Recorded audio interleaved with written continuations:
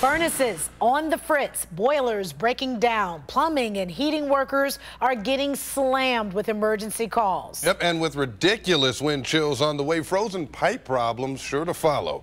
Bob Jones live in Akron tonight. And Bob, there are some steps folks can take to protect those pipes.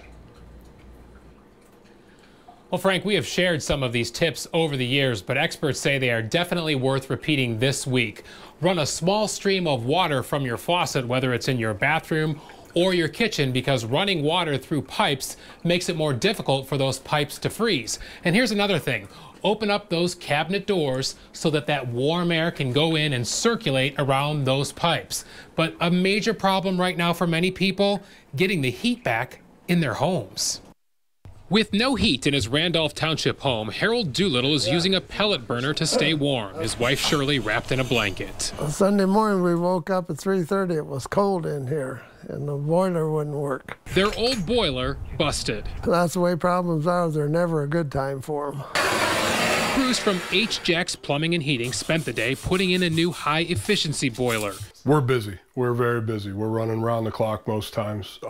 And it will get worse this week. Just over the past week, the company has responded to dozens of no-heat emergency calls, most of the customers needing new furnaces. When the temperature drops to the degrees it has been the past few days and will be this coming week, older units that are a little wore out tend to break and fail. General Manager Jeremy McCoy stressed furnace maintenance is important. Change those filters every couple of months and think about scheduling a clean and check, like an oil change for your car. Call before you have no heat when it's the middle of the night. McCoy says frozen pipes will be the next major problem, with wind chills plummeting well below zero later this week. He expects emergency calls will come flooding in. There's no telling how many, but I would say you're in the hundreds. McCoy says do what you can to protect pipes, insulate them in a crawl space, or keep some interior doors open, especially near sinks. When it's cold out, you definitely want to open these up, let that warm air go in, circulate around on these pipes. And he added a slow stream of water running from your faucet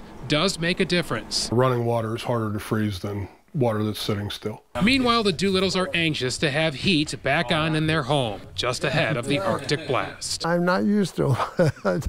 I think I'll stay in the house if it get the heat on and be warm.